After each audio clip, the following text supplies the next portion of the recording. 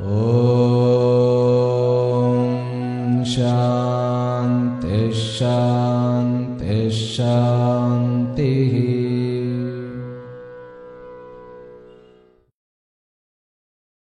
இந்த ராகு ஒரு புகழை கொடுத்ததுன்னு வச்சுக்கோங்களேன், அந்த வேகம் வாயு வேகம் மனோவேகமா இருக்கும்.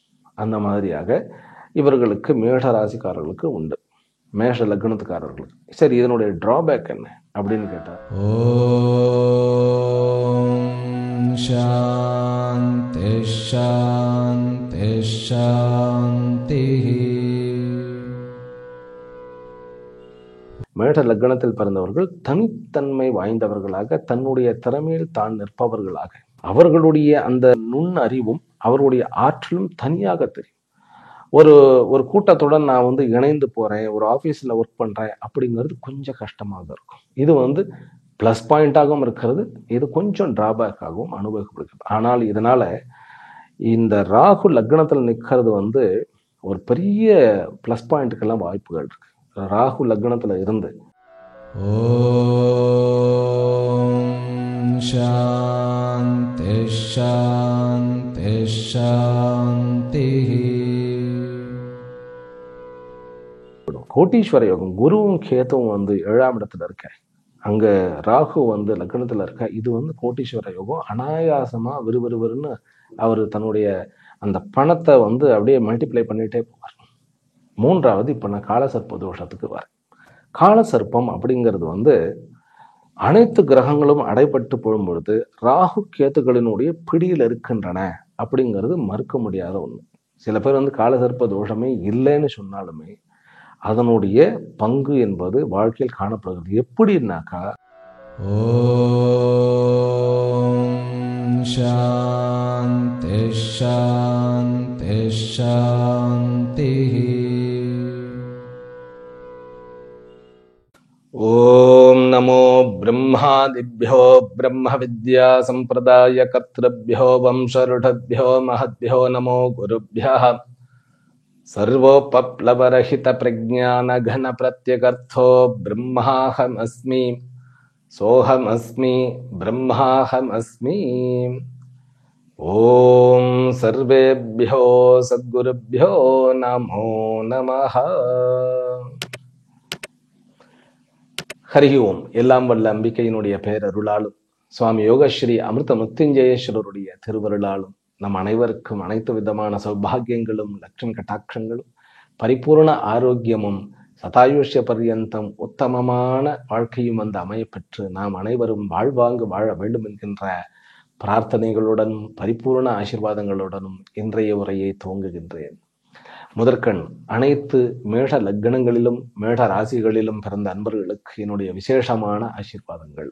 இன்றைக்கு நாம் பார்க்க இருப்பது மேஷ லக்னம் மற்றும் மேஷ ராசியில் பிறந்த அன்பர்களுக்கு ராகு கேத்துக்களினால் ஏற்படக்கூடிய யோகங்கள் மற்றும் தோஷங்கள் என்கின்ற தலைப்புல நம்ம இந்த வீடியோவை பார்க்க இருக்கின்றோம். அதுல மேஷ லக்னம் முதற்கொண்டு மீன லக்னம் வரைக்கும் இருக்கக்கூடிய காலசர்ப்ப யோகங்கள், அதாவது காலசர்ப்ப தோஷம்னு தான் சொல்லப்படுகிறது, அவைகள் 12 வகைப்படும் அப்படின்னு சொல்லி ஏற்கனவே ஒரு வீடியோவில் நான் சொல்லியிருக்கேன். அதாவது இதற்கு முன்பு நம்ம போட்ட வீடியோ ராகு கேத்து 3.0 என்கின்ற தலைப்பில் போடப்பட்டது. அந்த வீடியோவில் நீங்க போய் பார்த்தீங்கன்னாக்கா ராகு கேத்துக்களுடைய இயல்புகள் என்ன, அவைகளுக்கு பின் அமைந்திருக்கக்கூடிய ஸ்டோரிஸ் என்ன, 12 காலசர்ப்ப தோஷங்கள் அதாவது யோகங்கள் என்பவைகள் என்ன என்ன அப்படிங்கிறதெல்லாம் சொல்லிட்டேன். அதுல இன்ட்ரடக்ஷன் அத்தனையும் கொடுத்தாச்சு. அதனால இப்ப நேரடியாக மேஷ லக்னத்தில் ராகு நின்று அதற்கு நேர் எதிர் துலாமில் கேத்து நின்ற அந்த பலன் என்ன, பிறகு மேஷத்தில் ராகு இருக்கும் பொழுது அதனால் ஏற்படக்கூடிய இந்த அமைப்பினால் ஏற்படக்கூடிய தோஷங்கள் என்ன, யோகங்கள் என்ன, கடைசியில காலசர்ப்ப யோகம், அது காலசர்ப்ப தோஷம்னே சொல்லக்கூடாது, காலசர்ப்ப யோகத்தினுடைய பலன் என்ன. இந்த 3 படித்தரங்களில் நம்ம பலனை பார்க்க இருக்கின்றோம். டைரக்டா நம்ம பலனுக்கு போயிடுவோம். இது ராகு கேத்து 3.0 அப்படின்னு கூட தலைப்பு கொடுத்துடலாம். அதனாலதான் அந்த அறிமுக வீடியோவுக்கு ராகு கேத்து 3.0, அதாவது 3 படித்தரங்களில் முழுமையான அர்த்தங்களை காணுதல் அப்படிங்கிற அந்த ஒரு அர்த்தத்துல நம்ம போட்டிருந்தோம். சரியா? சரி, இப்ப மேஷ லக்னத்துல ஒருத்தருக்கு ராகு இருக்கிறது. அது இருந்தாலே காலசர்ப்ப தோஷம்லாம் கிடையாது. காலசர்ப்ப தோஷம் என்பது என்ன? ராகுக்கும் கேத்துக்கும் இடையில் அத்தனை கிரகங்களும் இருப்பது. காலசர்ப்ப தோஷம்ங்கிற அந்த வார்த்தையை விட்டுடுவோம். காலசர்ப்ப யோகம் தான் ப்ராப்பர். அது ஒரு யோக நிலை. அதாவது யோகம்னாக்க என்ன? கிரக இணைவனுடைய நிலை. ராகு மற்றும் கேத்துகளுக்கு இடையில் வரக்கூடிய அத்தனை கிரகங்களும் அங்கேயே இருந்துருச்சுன்னா அதற்கு பேர் காலசர்ப்ப யோகம். அது உள்ளே இருக்கலாம், வெளியிலே இருக்கலாம். கேத்துக்கும் ராகுக்கும் இடையில இருப்பது அப்படின்னாலும் அதே நிலைதான். சில பேர் என்ன சொல்லுகிறார்கள் அப்படின்னா, ராகுக்கும் கேத்துக்கும் இடையில வந்துட்டாதான். ஏன்னா ராகு தலை இல்லையா, கேத்து வாள். அதனால இதுக்கு இடையில அத்தனையும், அதாவது ராகுவை நோக்கி அனைத்து கிரகங்களும் பிரயாணிக்கும் பொழுது ராகு கேத்துக்குள்ள இருக்கும். அவைகள் தான் தோஷம்.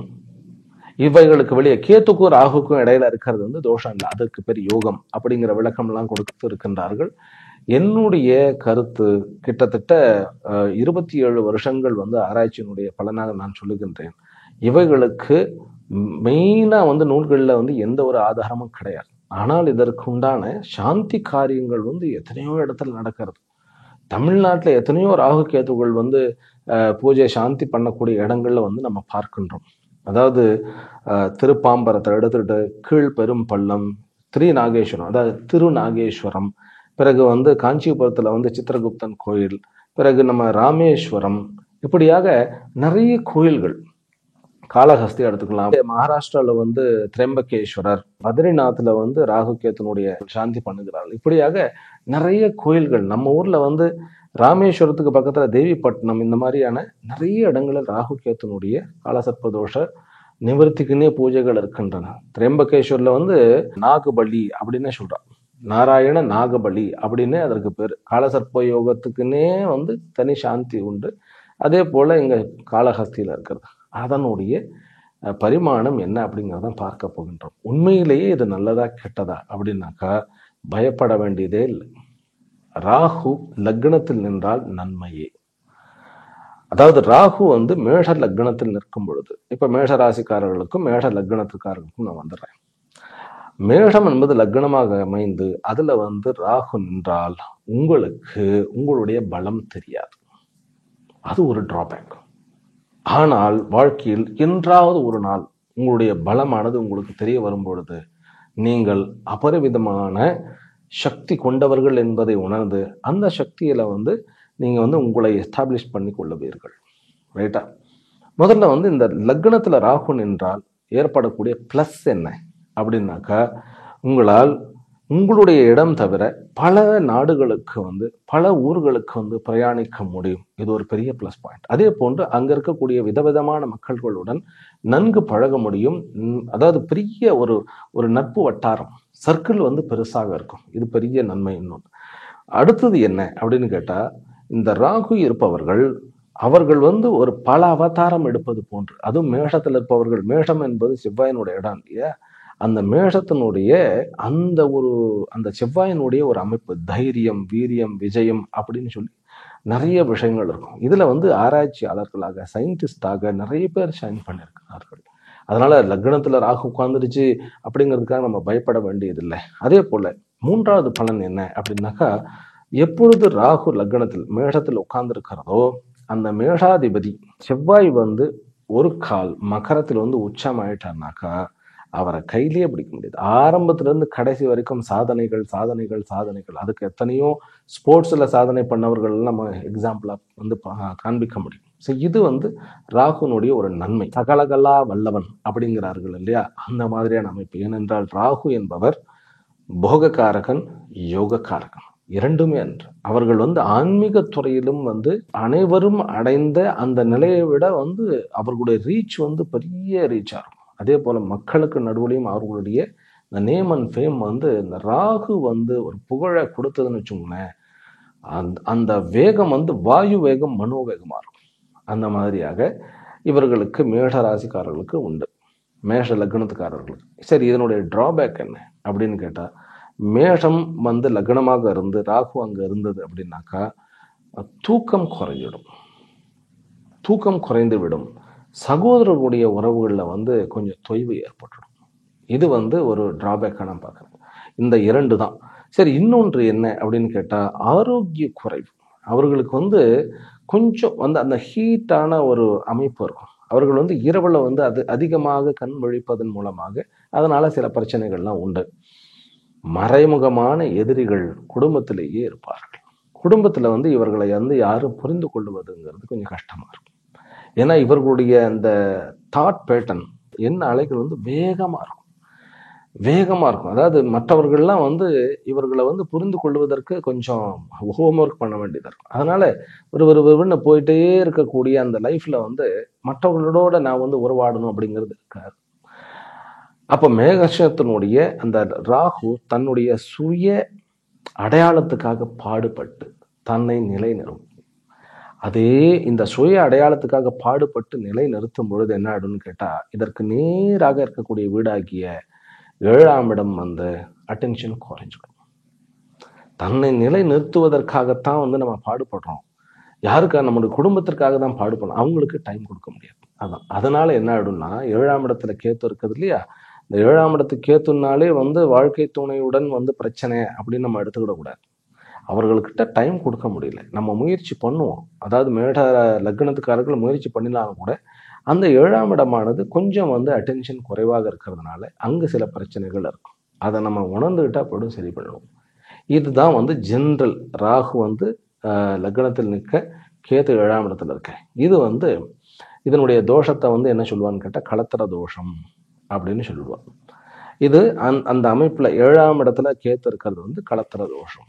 களத்திர தோஷம்னா என்ன? வாழ்க்கை துணையுடன் வந்து ஒரு சரிவர ஒரு வாழ்க்கை அமைப்பெறாதது அப்படின்னு. சில பேருக்கு வந்து லேட்டாக மேரேஜ் ஆகலாம்.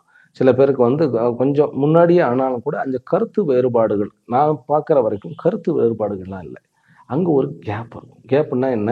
உங்களுடைய அந்த அட்டென்ஷன் வந்து லக்னத்தில் இருக்கிறதுனால அங்கே வந்து 7ஆம் இடத்துல வந்து கேத்து ஞானக்காரகன் அப்படிங்கிறதையும் நம்ம புரிஞ்சுக்கணும். அதே போல கேத்து வந்து பாஸ்ட்டை குறிக்கிறார், இறந்த காலத்தை குறிக்கிறார். அப்படிங்கும்போது நம்ம வந்து ஏற்கனவே இது எனக்கு ஒரு ஆச்சாரியர் சொன்னது, ஏற்கனவே போன ஜென்மத்திலேயே அந்த வீட்டினுடைய பலன்களை வந்து அனுபவிச்சு முடிச்சிருப்போம். அதனாலதான் கேத்து அங்க இருக்கிறார். அப்படிங்கும்போது 7ஆம் இடம் என்பது என்ன? இல்லறத்தை முக்கியமாக குறிக்கிறது, நண்பர்களை குறிக்கிறது, பிறகு பிசினஸ் டே டு டே அட்மினிஸ்ட்ரேஷனை குறிக்கிறது. இத்தனையும் குறிக்கும் போது அங்க வந்து நம்மளால வந்து பெருசா ஷைன் அவுட் பண்ண முடியாது. ஆனா எல்லா அட்டென்ஷனும் ராகுன்னா நம்ம லக்னத்துல தான் இருக்கும். அதாவது என்னுடைய சுய அடையாளத்தை நான் நிலை நிறுவ வேண்டும் அப்படிங்கிறதா இருக்கும். அப்படிங்கும்போது என்ன? மேட லக்னத்தில் பிறந்தவர்கள் தனித்தன்மை வாய்ந்தவர்களாக, தன்னுடைய திறமையில் தான் நிற்பவர்களாக, அவர்களுடைய அந்த நுண் அறிவும் அவருடைய ஆற்றலும் தனியாக தெரியும். ஒரு கூட்டத்துடன் நான் வந்து இணைந்து போறேன், ஒரு ஆபீஸ்ல ஒர்க் பண்றேன் அப்படிங்கிறது கொஞ்சம் கஷ்டமாக இருக்கும். இது வந்து பிளஸ் பாயிண்டாகவும் இருக்கிறது, இது கொஞ்சம் டிராபேக்காகவும் அனுபவிக்கப்படுகிறது. ஆனால் இதனால இந்த ராகு லக்னத்தில் நிற்கிறது வந்து ஒரு பெரிய பிளஸ் பாயிண்ட்டுக்கெல்லாம் வாய்ப்புகள் இருக்கு. ராகு லக்னத்துல இருந்து உங்களுக்கு கேந்திரங்க, ராகு மேஷம்னாக்கா நம்ம ஏற்கனவே பார்த்துருக்கோம் இல்லையா, ராகு வந்து மேஷம், ரிஷபம், கடகம், கன்னி, மகரம் இந்த 5 இடத்துல வந்து நின்றால் ராஜயோகம் தரும் அப்படின்னு சொல்லி பாடல்கள்லாம் இருக்கின்றன. ஆனால் அது எப்படி இருக்கும் வேண்டும் அப்படின்னா, மேஷத்துல ராகு நின்று மற்ற கேந்திரங்கள்ல அனைத்திலும் வந்து ஒரு கேந்திரங்கள் கூட காலி இருக்கக்கூடாது. மற்ற 1, 4, 7, 10 என்கின்ற இந்த 4 இடத்துலையும் கிரகங்கள் இருந்தால் அதற்கு பிறகு ராஜயோகம், அரசர்களுக்கெல்லாம் அரசனாகக்கூடிய யோகம். இது வந்து லக்னத்தில் இருக்கக்கூடிய ராகு தான் கொடுக்க முடியும். மேஷம் வந்து இன்னொரு கேந்திரமாக இருந்தாலும் கூட இந்த அளவுக்கு பலன் கிடைக்காது. சரி, ரைட்டு, இது வந்து ஒரு யோகம், இது ஒரு பெரிய பிளஸ் இல்லையா? அடுத்தது என்ன அப்படின்னா, கேத்துவுடன் குரு உட்கார்ந்து இருந்தார். ராகு வந்து லக்னத்துல இருக்கார், கேத்துவோட குரு உட்கார்ந்துட்டா வந்து ஆக்சுவலி சொல்ல போனா இதுக்கு பேர் வந்து கேளிமை யோகம்னு சொல்றோம். ஆனா இதற்கு இன்னொரு பேரும் வந்து கோட்டீஸ்வர யோகம். அப்போ வந்து ராகு வந்து குரு அடிபட்டுவார். ஆக்சுவலி குரு வந்து தன்னுடைய வலிமை இழக்கின்றார். ஆனா ராகு இரட்டிப்பாக கோட்டீஸ்வர யோகம். இது வந்து ஒரு பெரிய யோகம். இதே குரு ராகுவோட இருந்தாருன்னு வச்சுக்கோங்களேன், அதுக்கு வந்து குரு சாண்டாள யோகம் ஆயிடும். அது வந்து ஆசிரியர்களுடன் பிணக்கு, முன்னோர்களுடன் பிணக்கு, அந்த மாதிரி போயிடும். கோட்டீஸ்வர யோகம், குருவும் கேத்துவும் வந்து 7ஆம் இடத்துல இருக்க, அங்க ராகு வந்து லக்னத்துல இருக்க, இது வந்து கோட்டீஸ்வர யோகம். அனாயாசமா விறுவிறுன்னு அவர் தன்னுடைய அந்த பணத்தை வந்து அப்படியே மல்டிப்ளை பண்ணிட்டே போவார். 3வது இப்ப நான் காலசர்ப்ப தோஷத்துக்கு வரேன். காலசர்ப்பம் அப்படிங்கிறது வந்து அனைத்து கிரகங்களும் அடைபட்டு போடும் பொழுது ராகு கேத்துகளினுடைய பிடியில் இருக்கின்றன அப்படிங்கிறது மறுக்க முடியாத ஒண்ணு.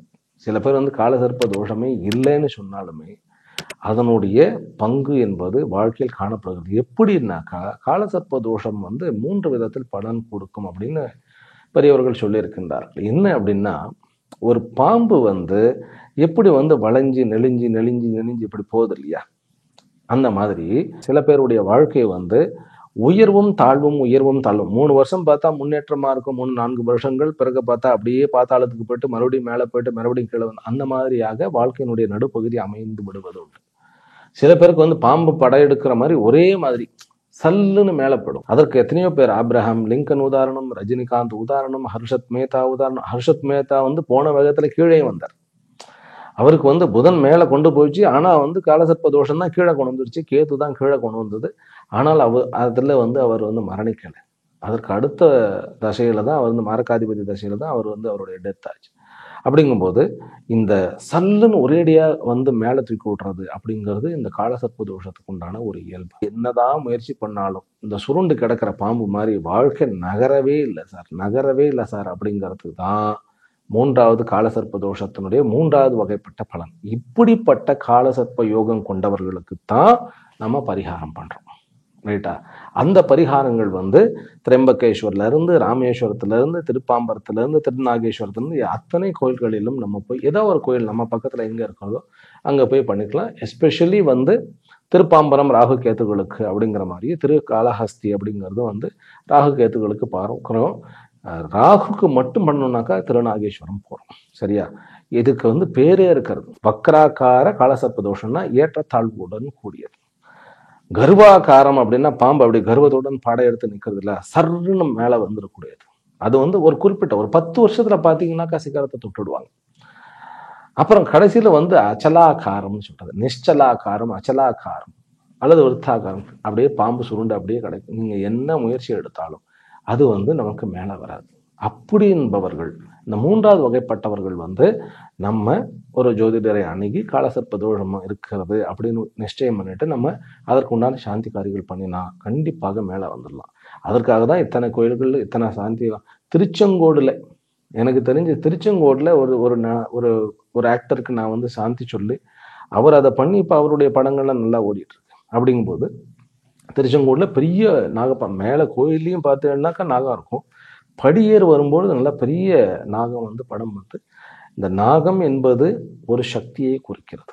லக்னத்துல யார் ஒருவருக்கு வந்து நாகம் உட்கார்க்கிறதோ, அதுவும் மேஷத்துக்கு, அது வந்து அபரிமிதமான அனந்த காலசர்ப்ப தோஷம் என்கின்ற அந்த ஒரு அனந்த நாகம்னாக்கா என்ன, ரொம்ப வீரியம் வாய்ந்தது அர்த்தம். அப்படிப்பட்ட ராகுக்காரர்கள் அவர்கள் வந்து சொசைட்டியில வந்து மிகவும் பலம் புரிந்தவர்களாக இருப்பார்கள். அதுல பாசிட்டிவ் தான் வந்து 80%, நெகட்டிவ் என்பது ரொம்ப கம்மி.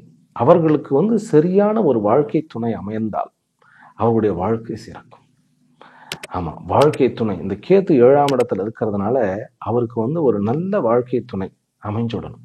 அந்த காலசர்ப்ப தோஷம் என்கின்ற அந்த ஒரு நிலை இருந்தாலும் கூட அவர்களுக்கு ரஜினிகாந்துக்கு இருந்த மாதிரி குருவுக்கும் ராகுக்கும் வந்து நட்சத்திர பரிவர்த்தனை இருந்தது. அந்த மாதிரியான யோகங்கள்லாம் இருக்கிறதா அப்படின்னு சொல்லி ஒரு ஜோசியர்கிட்ட நீங்க கொடுத்து பார்த்துக்கிட்டீங்கன்னாக்கா அது எந்த கட்டத்துல எப்ப நம்ம முயற்சி எடுக்கணும் அப்படிங்கிறதெல்லாம் கண்டுபிடிச்சிட்டோம்னு வச்சுக்கோங்களேன், இதை விட ஒரு பெரிய வரப்பிரசாதம் கிடையாது. ஆக என்னுடைய பாணியில காலசர்ப்ப யோகம் என்பது ஒரு வரப்பிரசாதமே. நம்ம புரிஞ்சுக்குள்ள நம்ம காலசர்ப்ப தோஷம் இருந்தது, நான் வந்து அப்படியே வந்து 3வது விதமான காலசர்ப்ப தோஷம் அப்படின்னு சொல்லி நான் அப்படியே படுத்துக்கிடக்கூடாது.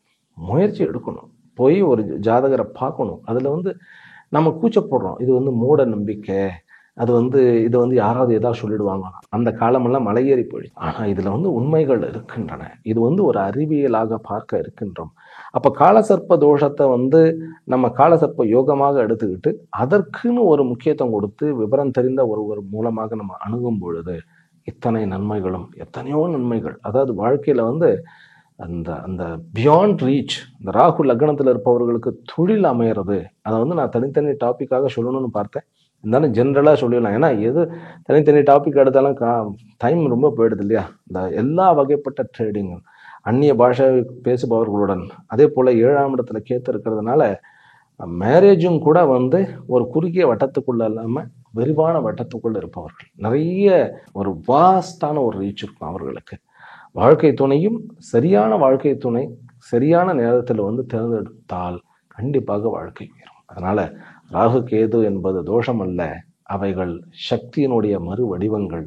அதுவும் மேஷ லக்னத்துக்காரர்களுக்கு அந்த சக்தியினுடைய அளப்பரிய சக்தி, அதாவது வந்து அளப்பரிய ரகசியமான சக்தியை கொண்டவர்கள். அவர்கள் தன்னுடைய வாழ்க்கையில் முன்னேற வேண்டும் என்கின்ற ஆசீர்வாதங்களுடன் இத்துடன் இந்த உரையை முடித்துக் கொள்கின்றேன். அடுத்த வீடியோவில் ரிஷப லக்னத்திற்கு உண்டான பலன்களை நாம் பார்க்க இருக்கின்றோம். ஹரி ஓம் ஸ்ரீ குருப்யோ நமோ நமः. ஓம் சாந்தி சாந்தி சாந்தி.